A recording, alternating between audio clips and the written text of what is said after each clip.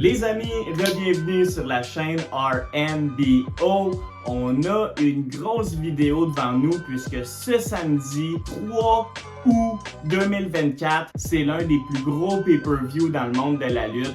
Une multitude d'histoires vont prendre fin.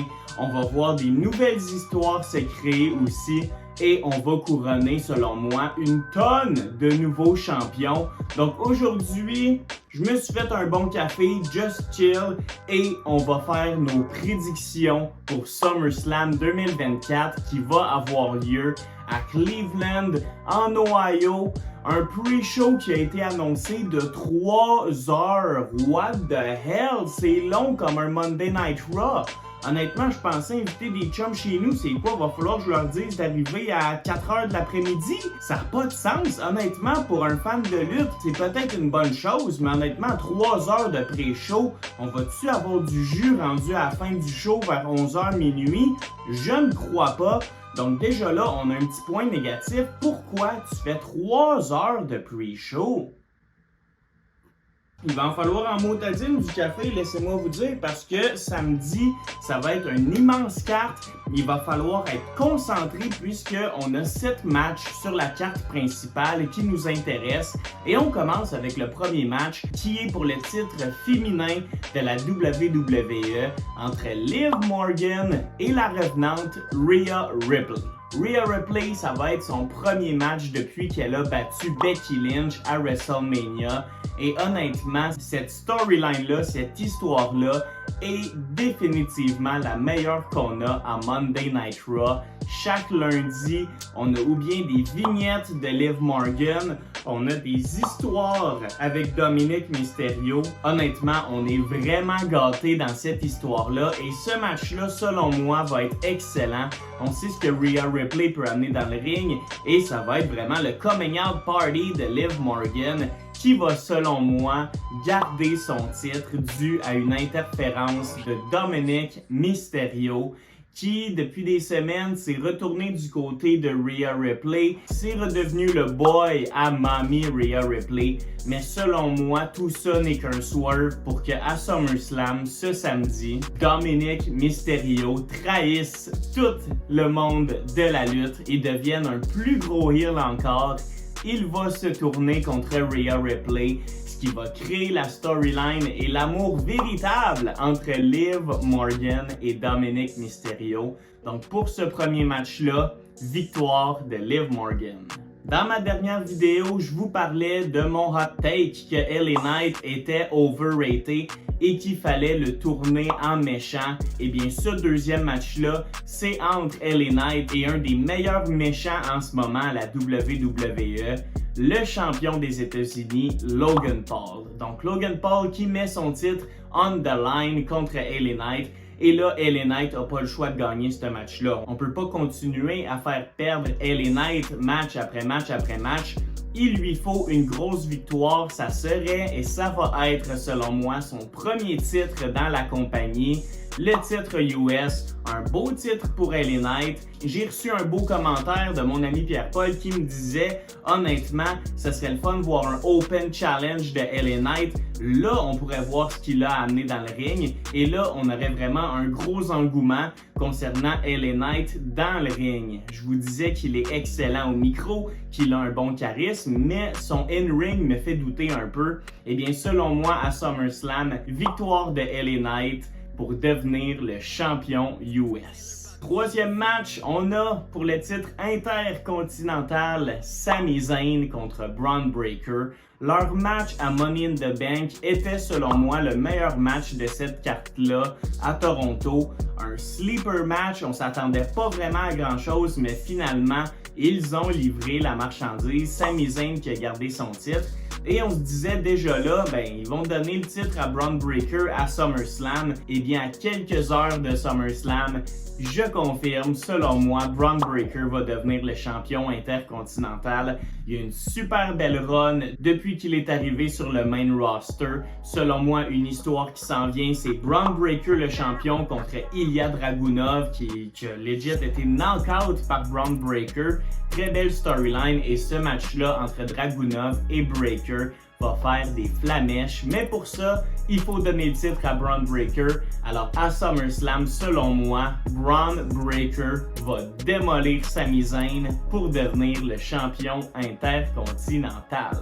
Quatrième match de 7, allons-y pour le titre féminin de SmackDown. Cette fois-ci, Bayley contre la Queen of the Ring, Nia Jax. Nia Jax a gagné en Arabie Saoudite le Queen of the Ring contre Lyra Valkyria dans un bon petit match.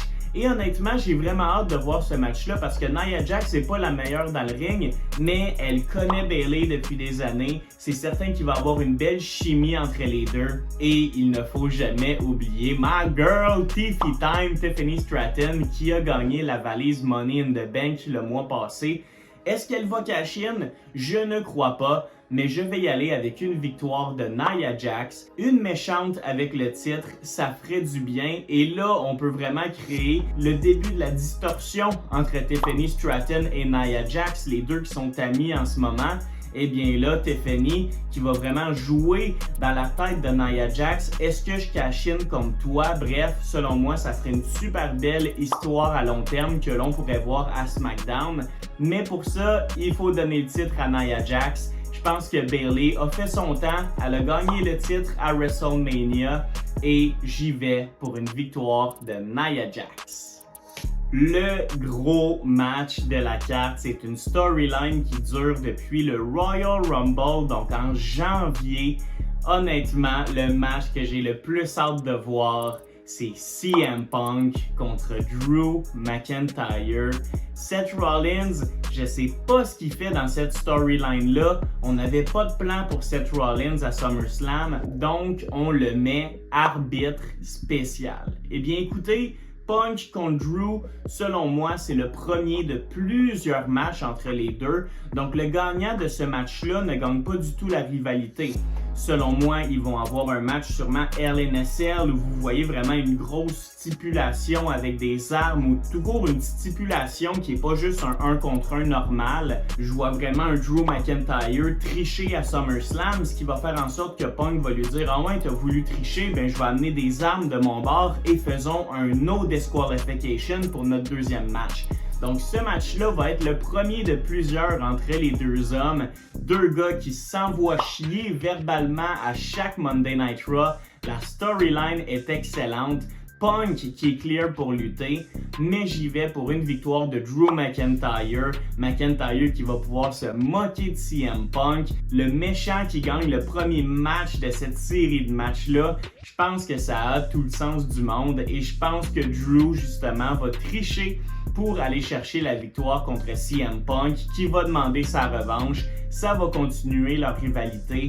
On parle de rivalité à long terme, eh bien celle-là, elle est excellente. Alors pour ce match-là, victoire de Drew McIntyre. Allons-y pour les deux derniers matchs, les deux matchs qui sont pour des titres mondiaux.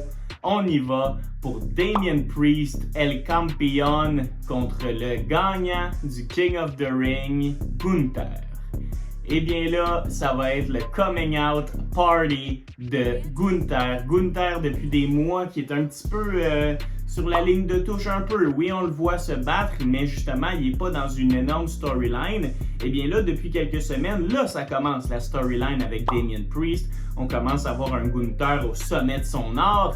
Eh bien, selon moi, Gunther va devenir le nouveau champion, mais il va avoir une raison pour ça. De un, Damian Priest, selon moi, a fait son temps. C'est un autre qui a gagné le titre à WrestleMania. On a fait le tour avec Damian Priest comme champion. Ça n'a pas été la plus belle des runs. Et Gunther va gagner parce que Finn Balor va intervenir, ce qui va créer la rupture du Judgment Day. Il va intervenir contre Damian Priest, son boss, et ça va créer éventuellement une storyline entre Damian Priest et Finn Balor. Pas besoin du titre pour ça.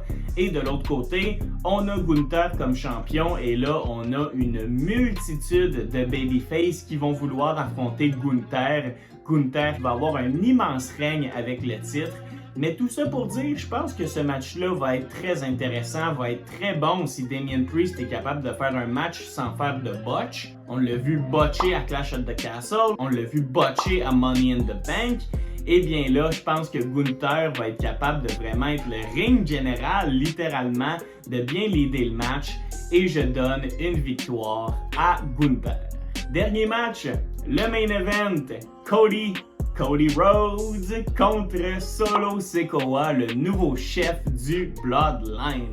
C'est certain qu'on va voir des interventions dans ce match-là. Selon moi, tout le Bloodline va essayer de venir aider Solo Sikoa. Eh bien, je crois qu'on va voir peut-être le retour de Randy Orton et Kevin Owens qui sont sur la touche depuis quelques semaines.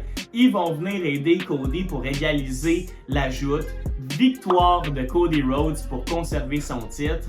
Et je crois que la grosse histoire du show va se passer après ce match-là, après le main event.